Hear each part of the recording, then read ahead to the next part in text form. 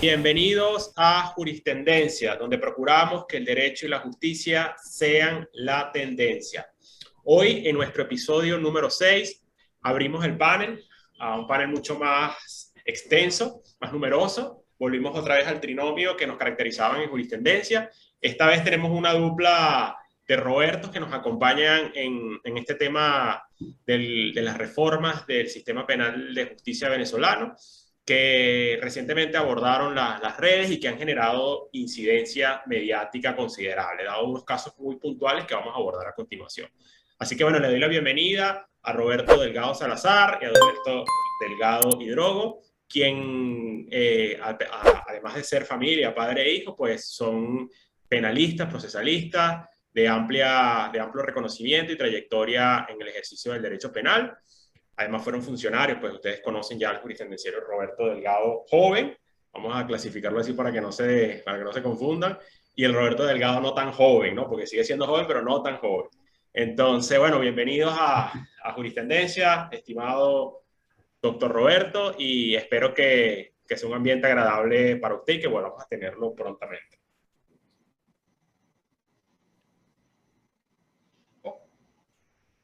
Hola, bueno, saludos a todos ustedes, colegas. Para mí es un inmenso placer estar otra vez en este capítulo y un honor contar con la participación del profesor Delgado Salazar. Es un lujo que tenemos el día de hoy porque contamos con la sabiduría hecha cuerpo y carne. Tenemos la posibilidad de contar con el ex magistrado Roberto Delgado Salazar, profesor de la Universidad Católica Andrés Bello, Universidad Central de Venezuela, juez por muchos años de su vida, que ha dejado un legado increíble dentro del foro judicial penal venezolano. Un placer estar con ustedes el día de hoy para hablar de la reforma del COP principalmente.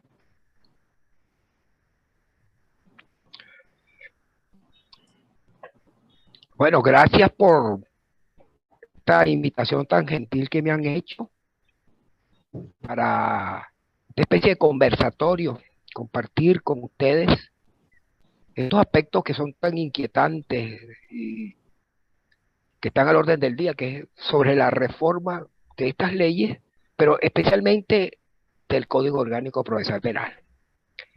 Para mí, motivo de orgullo contar con ustedes como anfitriones, con quien es mi vida y mi orgullo, mi hijo Roberto José Delgado Hidrogo, también con el amigo y profesor penalista excelente Ezequiel Monsalve. Y aquí estoy a la orden. Bueno, bienvenido, profesor. Compartir bienvenido con ustedes ideas, más que todo, inquietudes. Un nuevo juristendenciero más, ¿no? Vamos a darle la bienvenida. Espero que sea la primera de muchas que podamos contar contigo. Hoy vamos a hablar de la reforma del Código Orgánico Procesal Penal, la séptima reforma del Código Orgánico Procesal Penal publicada en Gaceta Oficial número 6.644 extraordinario del 17 de septiembre de este año, del año 2021, perdón. Doctor Roberto, usted que participó activamente en la versión original del Código Orgánico Procesal Penal, concretamente en la implementación del código allá en el año 1998 y 1999, cuando trabajaba en el Consejo de Legislatura, ¿no? ¿Qué opina usted? ¿Era necesaria esta reforma, esta séptima reforma del código? Creo que debemos empezar por ir preguntándonos si era necesaria una séptima reforma.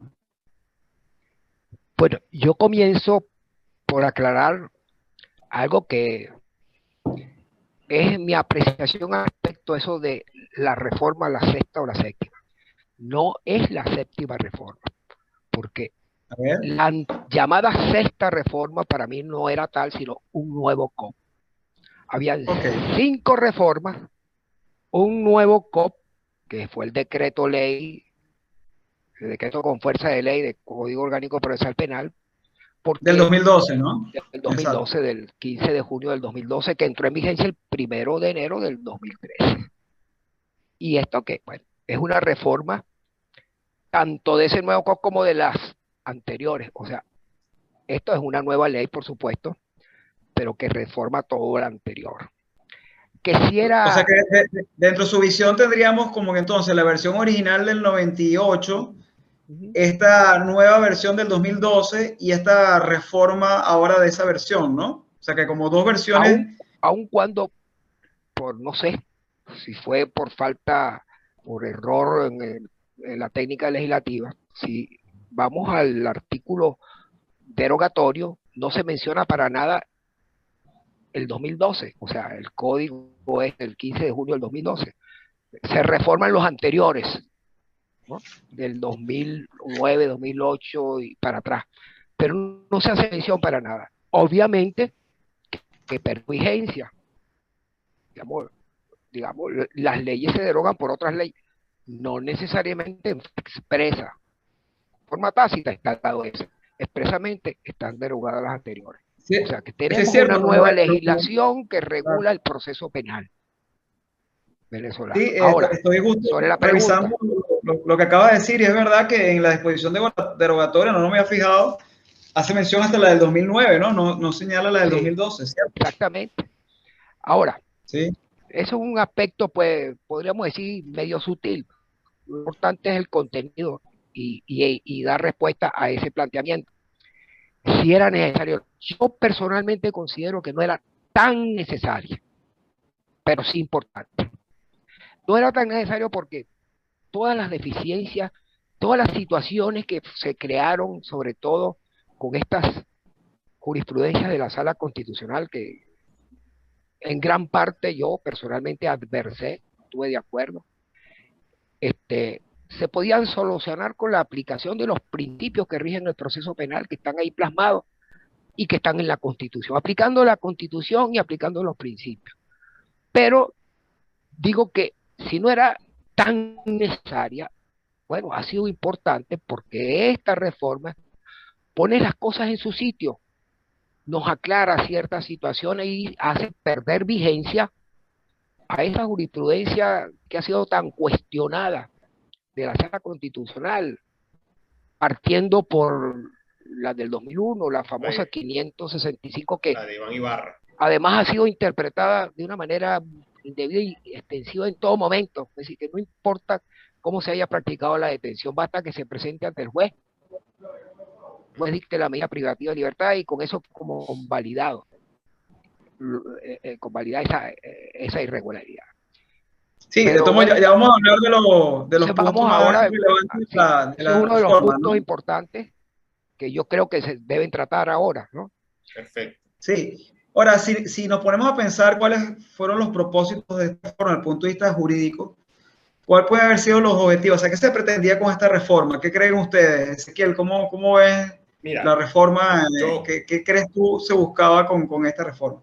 Bueno, Roberto o Robertos, ustedes que me conocen saben que trabajo como en el área de los derechos humanos, estoy muy a la mano como de las organizaciones de la sociedad civil venezolana y hay una visión de este lado, pues sí, de este lado del río, donde nosotros consideramos que no solamente la reforma del COP, sino la reforma de de las 5 leyes que forman parte del sistema penal venezolano y las otras 3 adicionales, es una necesidad del Estado de intentar adecuar su legislación interna a las principales recomendaciones y sugerencias que ha desarrollado los informes de organizaciones internacionales. La misión de determinación de hechos, el alto comisionado de las Naciones Unidas, entre otros, ¿no? Entonces, estas adecuaciones que ellos han implementado, muchos productos de falencias que desarrolló el COP, como por ejemplo el efecto suspensivo, que lo desarrollaremos más adelante, en efecto eran necesarias porque violaban los principios, como lo decía el doctor Roberto Delgado, los principios generales del procedimiento penal, establecidos mucho en la Constitución, como por ejemplo la prohibición expresa de juzgar civiles en jurisdicción militar, ¿no? Que eso fue una de las grandes reformas en este paquete que incluyó el Código Orgánico de Enjuiciamiento Militar.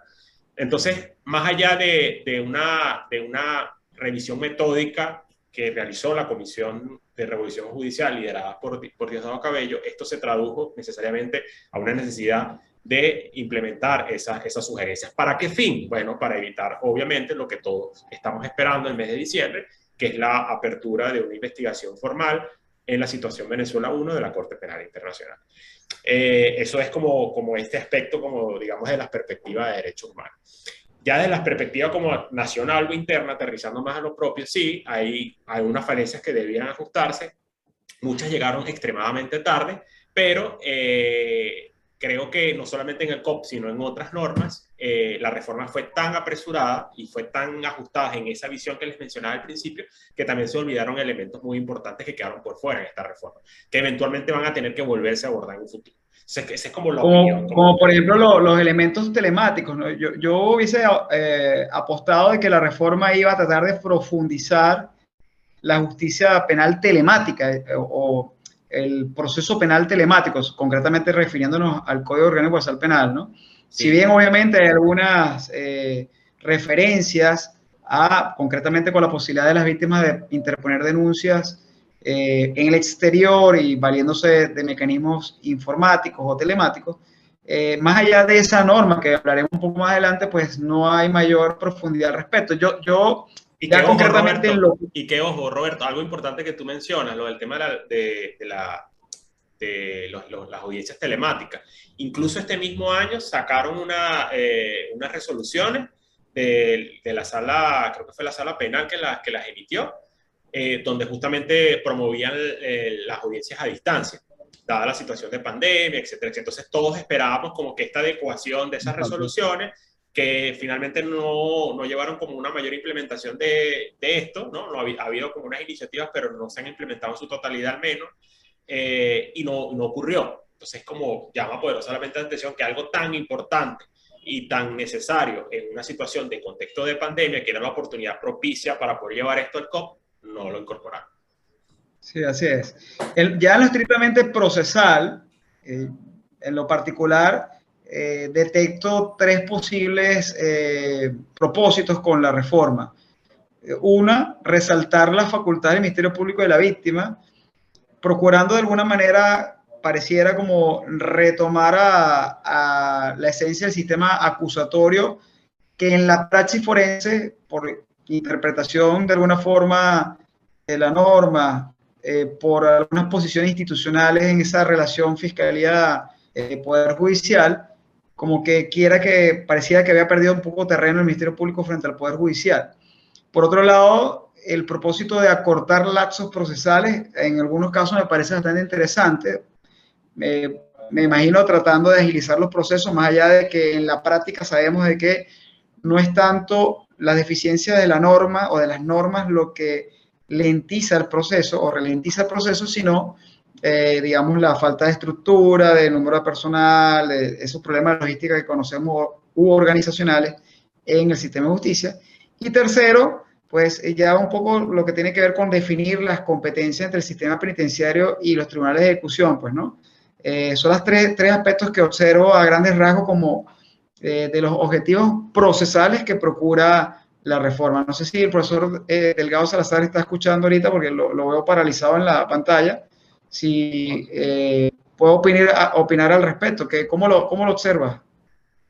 Sí, no, estoy escuchando perfectamente y espero que ustedes me escuchen también. Perfecto. Bueno, sí, todos esos aspectos que ha señalado son los contemplados ahora en la reforma, que es muy interesante y digo muy importante que ahora se haya contemplado expresamente algunas cosas que realmente aplicando los principios, ¿no? se podrían hacer valer los principios y las garantías constitucionales. Estamos hablando inicialmente del aspecto telemático, porque sí se pensó que eso era fundamentalmente lo que venía en la red. Exacto. Entonces estaba en ese proceso, pues, de discusión. Pero de todas maneras yo tampoco lo considero así tan necesario. La telemática se puede implementar en todos los procesos sin reforma legislativa, sin reforma Exacto. procesal. Existe una serie de normas partiendo de la Constitución que prevé, digamos, el uso de las tecnologías de comunicación y la protección que se debe dar al uso de esos medios. Fíjense que, como lo acaba de decir, ha habido resoluciones del Tribunal Supremo donde implanta pues esos medios para los fines de llevar a cabo ciertos actos como las presentaciones de imputados, otra cosa. Y en materia civil avanzó hasta más que en lo penal, porque casi todos los La procesos se llevan a cabo citación, por esa etcétera. vía, ¿no? Tanto en el municipio como primera instancia y todo. Bien Sí, puede y ciertamente se aplicarse están un haciendo ya juicio. audiencias, Yo no ¿no? veo ningún Telemáticas. impedimento, perdón, yo no veo ningún impedimento que un juicio oral y público se lleve a cabo a través de estos medios de la tecnología de información y comunicación.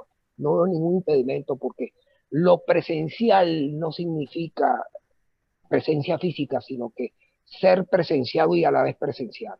O sea, así entiendo Apreciado yo por como todos los sentidos, ¿no?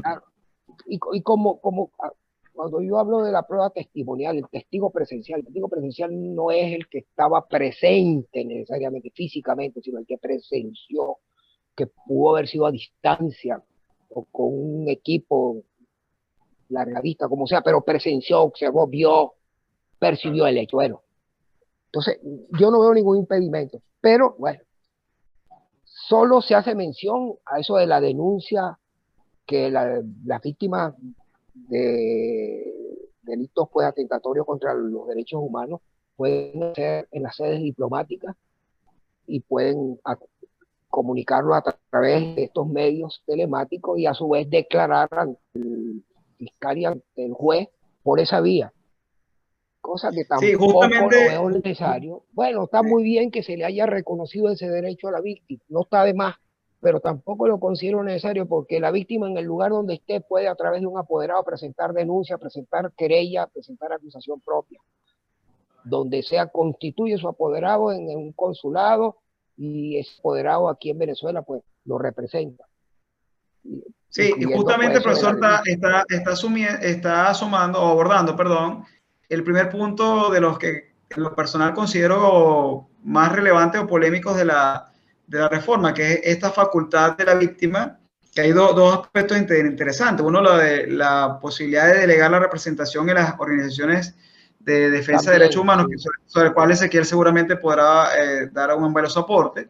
Y Y, también inclusive el sí, Poder y Especial. esta posibilidad de presentar la denuncia en el extranjero, concretamente lo que establece en la reforma sería el artículo 122 en el numeral 11, que establece que las víctimas podrán presentar, interponer recurso o rendir una entrevista ante el Ministerio Público o testimonio ante jueza o jueza de las representaciones diplomáticas de la República haciendo uso de la tecnología de información y comunicación, es decir, que lo puedan hacer en el extranjero en estas sedes oficiales apoyadas en los medios telemáticos. Entonces, aquí surge una primera duda que yo quiero plantear, a ver qué opinan ustedes, y es la siguiente. Conforme al principio de igualdad, ¿no creen ustedes que de igual manera esto puede aplicar para el investigado? Supongamos que una persona presenta una denuncia en Venezuela o incluso afuera, conforme a esta norma, respecto de alguien que se encuentra fuera del país, es decir, el denunciado se encuentra fuera de Venezuela y pensemos que por alguna razón migratoria o de algún otro tipo no puede venir a Venezuela, no puede regresar al país. La gran pregunta, ¿él también podrá ser entrevistado, recibirse una declaración en estas sedes diplomáticas oficiales, al igual que la víctima? La víctima y que también ha sido una constante en todas las reformas de este paquete, implica que esto sea, digamos, bajo un contexto de referencia material cuando ocurran violaciones a los derechos humanos. Estoy tratando de precisar aquí la norma, no me acuerdo ahorita exactamente cuál es, existencia especial en derechos humanos. ¿Cuál es el artículo de Sí, la...? sí. Concretamente, el artículo 122, numeral 11, dice en los casos de víctimas de presuntas violaciones de derechos humanos. Exactamente, exactamente. Entonces, fíjate que todo apunta a que no va a ser necesariamente cualquier delito, sino que en esos puntuales lo que se considera violaciones a los derechos humanos, que también es una apreciación bastante abstracta, porque incluso si abordamos los crímenes internacionales, que es una violación grave a los derechos humanos, incluso no hay una adecuación muy ajustada, incluyéndola en la Constitución Nacional, de que son considerados crímenes internacionales, ¿no? Pero bueno, eso es otra discusión. El tema es que se ajusta precisamente a esa temática y que, como te lo dije, las facultades establecidas en el 122, las ampliaciones que hay, exceptuando la del Ordinal 10, que es el requerimiento de cambio de fiscal, aparentemente todas están dirigidas cuando se cometan violaciones a los derechos humanos. Entonces ahí puede haber una barrera importante para las víctimas que pueden considerar que su caso puede ser atendido a distancia y no necesariamente va a ser así. Sí, es cierto, es una interpretación válida. Considerar que solo, digamos, en los casos de presunta violación de derechos humanos, pero al igual que el profesor Delgado Salazar, aun cuando la reforma no hubiese incluido esto, yo soy de los que creo que tanto la víctima como el investigado, si se encuentran fuera del país y por alguna razón, por ejemplo, no pudiesen movilizarse hacia Venezuela para rendir una declaración, para nombrar un defensor o en el caso de la víctima un representante, un apoderado, perfectamente lo pueden hacer. Así como tantas otras actuaciones que pueden realizarse fuera del territorio de la República, a través del otorgamiento de un poder, etcétera, ¿no? Pero es evidente que aquí se ha querido resaltar que esta facultad tiene alguna relación con lo que se trataría de violaciones de derechos humanos, cuando se trata de víctimas de derechos humanos. Y esto está casado con esa facultad también expresamente agregada de que las víctimas pueden delegar en organizaciones de defensa de derechos humanos su representación. Tú que, Ezequiel, que trabajas precisamente en el terreno de los derechos humanos, de la defensa de los derechos humanos, ¿cómo lo ves? Mira, se ve como obviamente una conquista porque siento que esto es un tema que ya había sido agotado, esta limitación de que las organizaciones pudiesen representar a víctimas de violaciones de derechos humanos en general, aunque existía esta actualización previa antes, pero que sea diseñada de forma expresa y no solamente la inclusión del ECOP, sino también en las otras reformas, es un logro significativo para las organizaciones de la sociedad civil. Claro, la gran duda es la implementación de esto, ¿no? Si finalmente esto va a ser implementado, estas son como las inquietudes que hay en el seno de las organizaciones de derechos humanos, pero de momento pues se ve con buenos ojos, ¿no?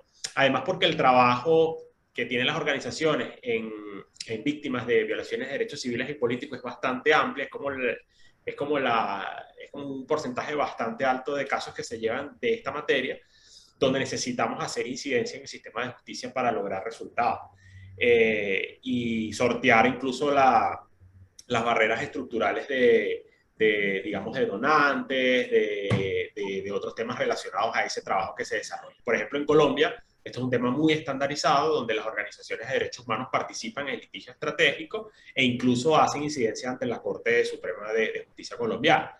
En grandes decisiones que ha tomado la Corte y la Sala Constitucional o el Tribunal Constitucional de Colombia, generando grandes conquistas en temas de derechos humanos. Pero bueno, es como que la duda es la implementación de momento, hasta qué punto van a aceptar esto, porque como todos lo sabemos, pues tal vez en este punto histórico de Venezuela, en el momento que estamos hablando, los mayores adversarios del gobierno ni siquiera es la oposición ni mucho menos, sino justamente las personas que están trabajando en estos temas, que han promovido el debate en estos asuntos y que gracias a este trabajo de documentación e investigación han generado estos reportes en las organizaciones internacionales respecto a las violaciones graves de derechos humanos, muy puntualmente el tema del Corte Penal Internacional. Yo creo que el segundo punto que podemos abordar, atendiendo a lo más resaltante de la reforma, sería el tema de la imputación, ¿no?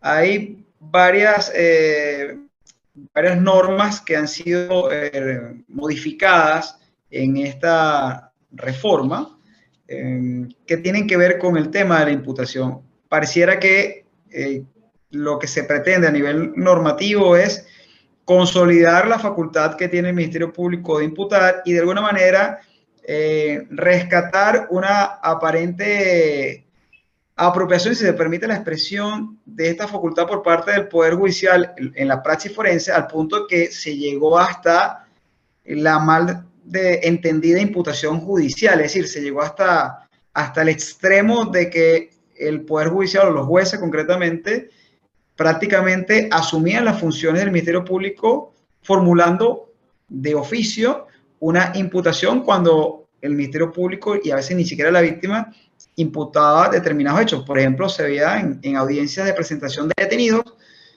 Concretamente esto lo vimos en los tiempos de las protestas en el año 2017, que el Ministerio Público se abstenía en algunos casos de formular una imputación y el tribunal asumía una especie de imputación judicial, entendiendo de que sí era imputable una serie de delitos que el Ministerio Público no los consideraba así.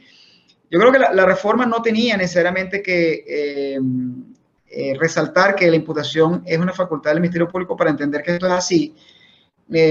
Quizás devolver la imputación en sede fiscal y no hacerla en sede judicial como se venía haciendo, y concretamente en base a un criterio jurisprudencial que allanó el camino a que la imputación la hiciera el Ministerio Público, pero en sede judicial, es lo que ha venido como que de alguna forma tratar de rescatar una facultad que es propia del Ministerio Público y que no es propia del Poder Judicial.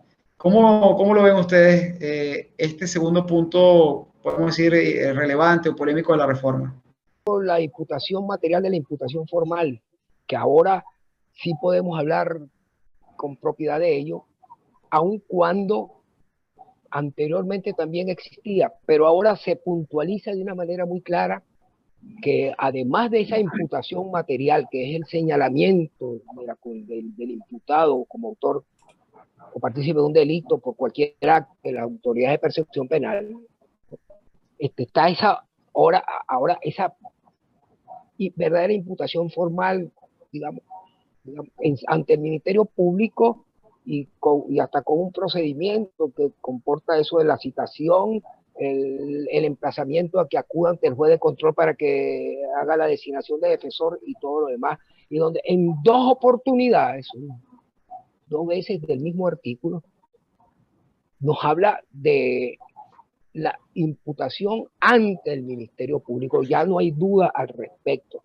Y quiero significar que anteriormente, antes de esta reforma, inclusive mucho antes de la del 2012, no existía esa facultad expresa de hacer la imputación. Obviamente, en la práctica era una imputación cuando se presenta por flagrancia ante el juez y el fiscal le atribuye el delito y el juez toma una decisión que no tenía nada que ver con sustituir al fiscal en imputación, en atribución del delito. Tomar la decisión sobre medida pedida por el fiscal y más nada.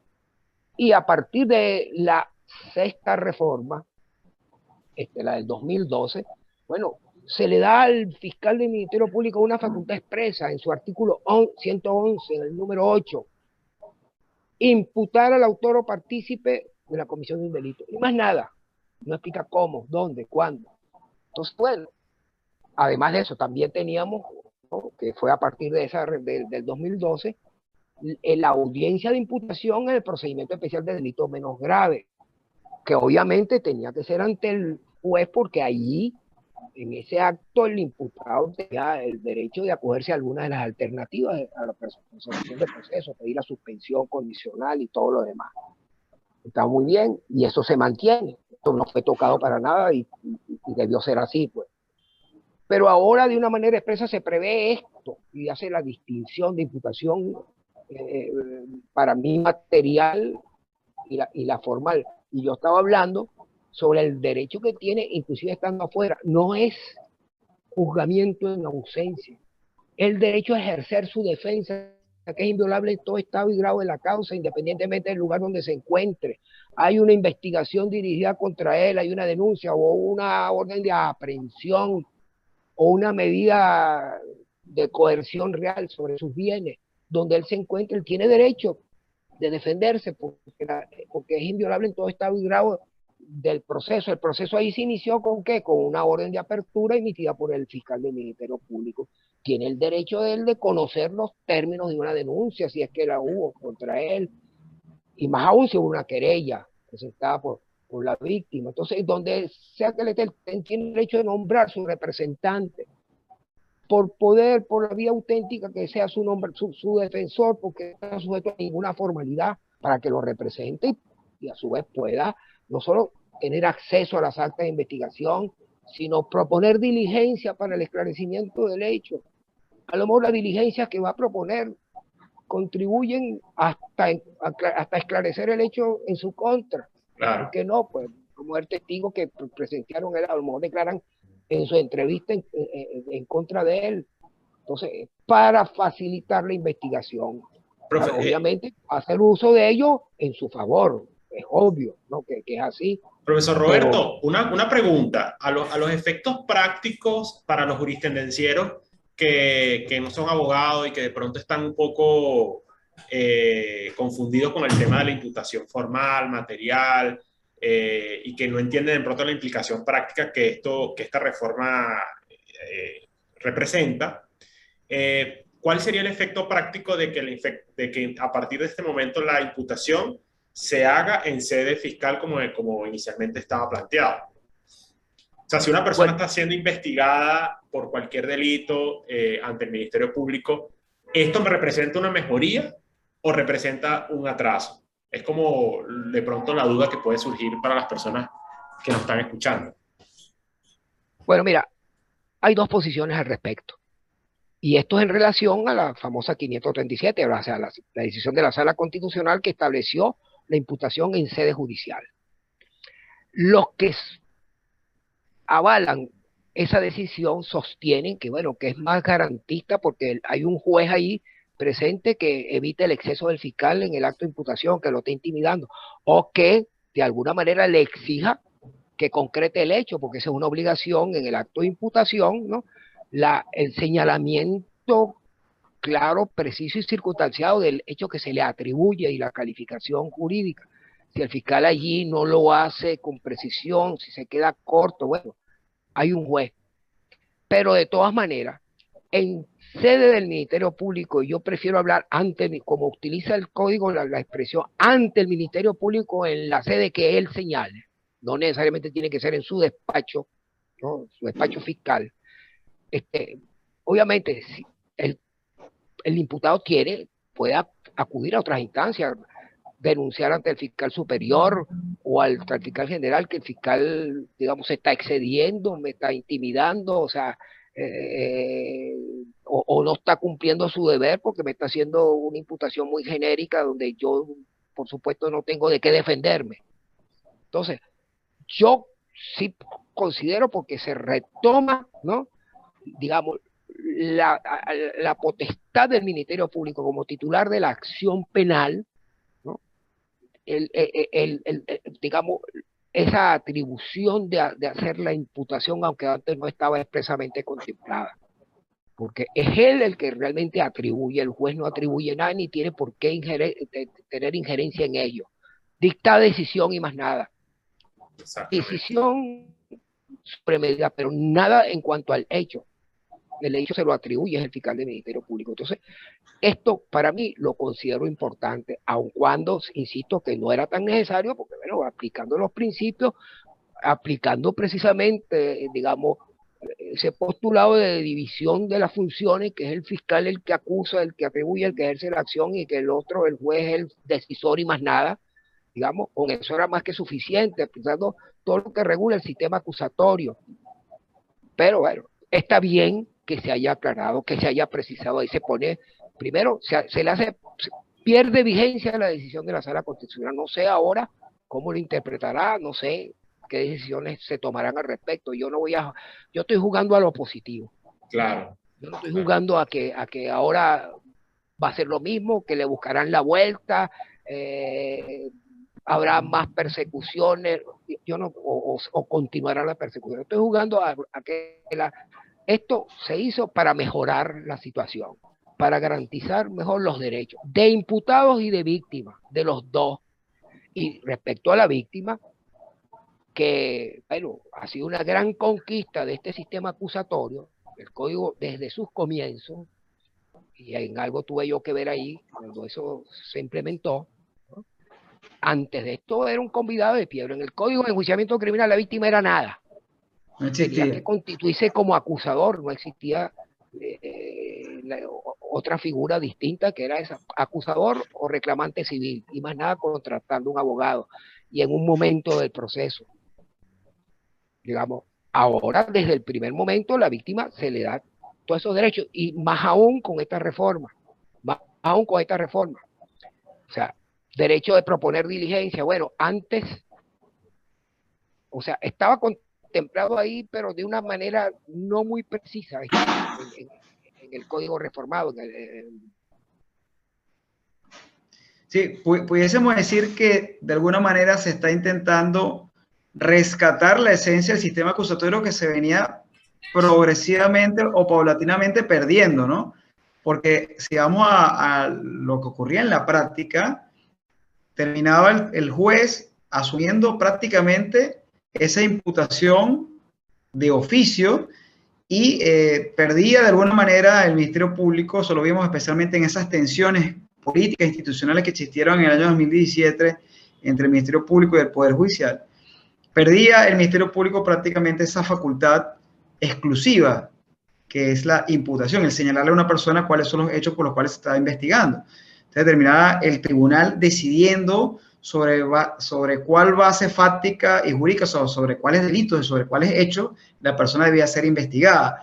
Y eso es algo propio del sistema inquisitivo que hemos querido abandonar desde el año 1998, cuando entró en vigencia el Código Orgánico Procesal Penal, y que es acorde con los sistemas acusatorios.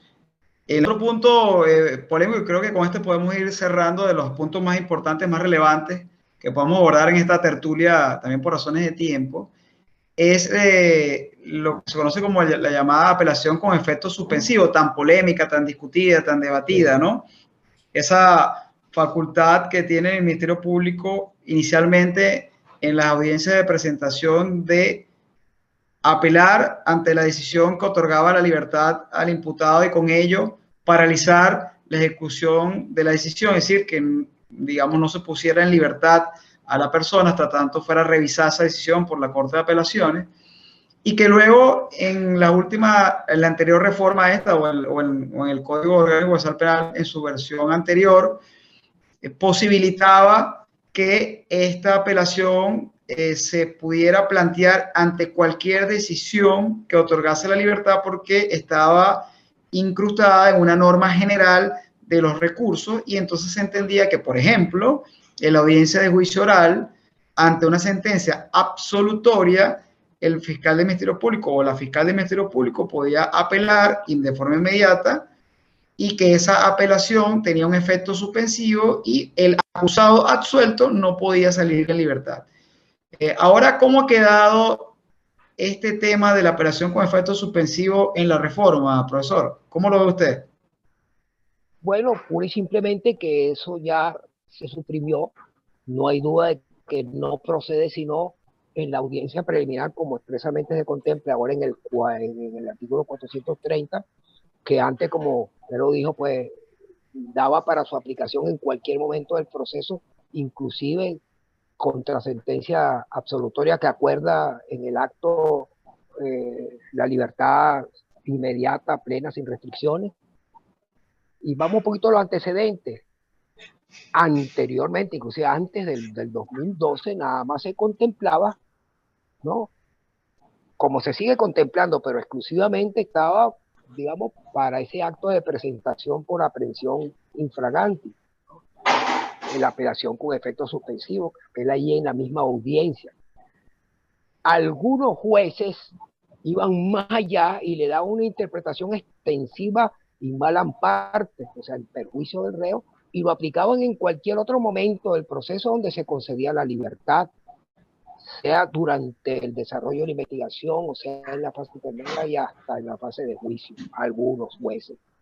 Luego, en el 2012 fue que se consagró ese 430, que como norma general que regula los recursos, la apelación, el principio de los recursos, bueno, establecía eso, pero claro, con una fórmula donde se consagraba como la regla es la libertad inmediata, pero la excepción era la no ejecución de la libertad si el fiscal apela con efecto suspensivo en los casos de estos delitos graves, de ese elenco amplio ahí de delitos graves que está ahí consagrado, y si el fiscal entonces apelaba, bueno, se aplicaba también en sentencia. Yo consideraba que eso, si bien permitía porque no hacía distinción, ¿no? En cualquier momento del proceso, la apelación con efecto suspensivo de la libertad concedida, no así cuando una sentencia absolutoria, porque ya se trabó un juicio contradictorio, una confrontación de pruebas, Sí. y este pronunciamiento absolutorio, así sea el pronunciamiento oral con la simple lectura de la disposición que emite el juez, está ratificando algo que es sagrado, que es fundamental, la, que va más allá que la misma presunción de inocencia, que es el estado de inocencia. La Constitución prevé el derecho a que se presuma la inocencia y los tratados internacionales también, pero el artículo 8 del CO va más allá, para mí va más allá que la Constitución, porque no solo establece la presunción, sino que debe ser tratado como tal. O Claro. sea, es un inocente, porque hay una sentencia firme que declare su culpabilidad. Sí. Entonces, al haber ese pronunciamiento absolutorio, no obstante que no está firme todavía, porque está sujeto a recursos, está ratificando, corroborando lo que ya se tiene como la inocencia. Entonces ahí no debía tener lugar. Sin embargo, no aplicado. Fíjense algo importante aquí con el tema de la supresión del efecto suspensivo en fase de juicio, y es que recientemente, es decir, antes de ayer, el día 27 de septiembre, se absolvió a la persona que asesinó a David Vallenilla aquí a las adyacencias de La Carlota en el año 2017. Y ante la ausencia de esta facultad del Ministerio Público de ejercer con efecto suspensivo, esta persona quedó en libertad. Entonces, claro, ¿cuál fue la respuesta que hubo ante esta situación? No fue una respuesta crítica ante la ausencia del efecto suspensivo, sino fue una respuesta crítica ante la juez, incluso liderada por el mismo fiscal del Ministerio Público, donde dice que el Ministerio Público aperturó una investigación contra la juez que dictó la absolutoria de esta persona. Entonces, claro, eso es otra discusión distinta, porque aquí es el tema de la independencia y la separación de los poderes, y la autonomía del juez de tomar su decisión y que no verse intimidado por otro poder público. Pero puntualmente esta fue como la primera, digamos, incidencia importante de la supresión del efecto suspensivo posterior a la reforma. Y dado que el Código Orgánico Procesal Penal intenta hacer, esta reforma del Código Procesal Penal intenta ser garantista en violaciones de derechos humanos, como lo dijimos anteriormente, que todas van apuntadas hacia las facultades de la víctima solamente en ese aspecto, da la sensación de que probablemente el efecto suspensivo se pudo haber dejado para esos casos o no. Claro, esto no hace que sea lo correcto, pero lo que quiero decir es que digamos, de una u otra manera, la autoridad, quien fomentó esta disposición, probó un poco de su propia medicina, dado que un caso importante de trascendencia, que además es mediático, le absolvieron a un detenido. Ese es Pero como... para eso puede apelar. El Ministerio Público bien puede expresar que va a apelar de esa decisión, por ejemplo. Exactamente, Y como debe si ser. considera que hay razones para hacerlo, lo puede hacer y lo puede incluso, en mi opinión, hasta decir. Ahora, quizás nos parece inapropiado el inicio de la investigación porque considere inapropiada la decisión del tribunal, ¿no? Exactamente. Para eso precisamente están los recursos procesales y debemos acostumbrarnos o recordar que precisamente esa es la esencia de los recursos. Si no está usted de acuerdo, sea Ministerio Público, sea imputado, sea víctima, con una decisión judicial, ejerza los recursos procesales y para eso están las instancias jurisdiccionales superiores para revisar esa decisión. Sí. Si la decisión fue dictada en aislamiento de lo que es el Estado de Derecho, si no está ajustado a derecho, bueno, para eso se ejerce el recurso y debería la Corte de Apelaciones revocarla si fuera el caso. Pero nunca debemos pensar que estas herramientas mal aprovechadas o mal utilizadas como el efecto suspensivo son necesarias porque lejos de ser garantistas son menos garantistas. Y eso lo hemos vivido en los últimos años de una forma muy clara y muy palpable. Bueno, yo creo que podemos cerrar acá el debate. Ya nada más cerrando con unas pequeñas conclusiones. Profesor, en líneas generales, ¿qué conclusiones puede expresar usted sobre la reforma, esta última o reforma del código? No sabemos si será la última en el futuro tiempo, pero en esta reforma recientemente publicada.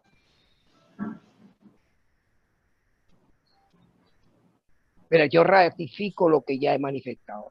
No era tan necesaria, pero es importante. no solo por lo que hemos hablado, derechos de la víctima, la condición de imputado, la imputación formal y la imputación material, todo eso, lo demás, el efecto ofensivo, por lo menos se suprimió en gran parte, aunque se dejó indebida. Para mí no debió dejarse, eso debió suprimirse en todo momento, porque bueno, sabemos que hay una norma constitucional, ¿no?, que establece pues la ejecución inmediata de una orden de excarcelación emitida por cualquier juez, por cualquier autoridad competente, y más aún tratándose de un juez. Yo nunca he estado de acuerdo con ese efecto suspensivo, ni en la flagrancia, ni en otro supuesto, y menos ahora. Pero bueno, pero está allí en la fase intermedia, en la audiencia preliminar. Y hay otros aspectos importantes, como bueno, lo de el derecho que todos los que tienen los civiles, que eso está en la Constitución, pero bueno, pero ahora expresamente se contempla a no ser juzgado por los tribunales militares. Y algo más, porque hay que concatenar esto con otras reformas, la reforma de otras leyes, como el Código de Justicia Militar, en donde se repite esa disposición, que es el último artículo reformado, ¿no?, de que no pueden ser juzgados los civiles ante tribunales militares, se repite, pero además de eso se establece que en el caso de concurso de civiles y militares en la comisión de un delito, lo arrastra la jurisdicción penal ordinaria, o sea, hay el fuero atrayente hacia allá, ¿no? O sea, ni siquiera cuando el civil comete el delito conjuntamente con un militar, y así sea un delito militar, siempre será juzgado ante la jurisdicción penal ordinaria.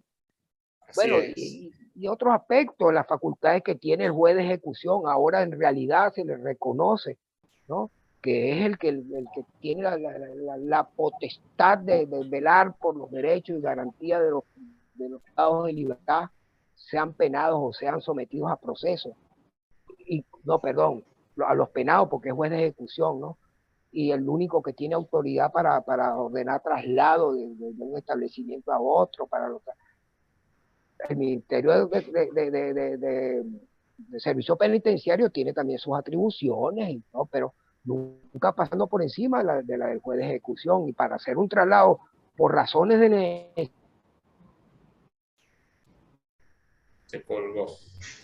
Bueno, mira, yo un poco para aprovechar el espacio que se abre, considero en lo personal que, igual que tu papá, de pronto no era tan necesaria, pero sí importante. Se abordan muchas falencias. El paquete legislativo, como lo dije al inicio, va dirigido más bien a otra necesidad del Estado, que es una necesidad internacional en el marco de una investigación que le sobreviene a finales de año. Y que bueno, que hay que celebrar que estas falencias en efecto fueron ajustadas, pero recalcar que la implementación es lo que realmente cuenta, es decir, la voluntad política en que esto en efecto se cumpla, que la incorporación de las grandes propuestas que hemos hablado en este espacio se concreten y que tengan una efectividad en los derechos fundamentales de las personas, en el debido proceso, en ser juzgado en libertad, etcétera, etcétera. Entonces, nada, llenos de bastante expectativa, las personas que ejercemos el derecho penal, las personas que litigamos, esperemos que haya una adecuación justa y proporcional de esta reforma a la realidad práctica, y que sea lo mejor, digamos, para los derechos de los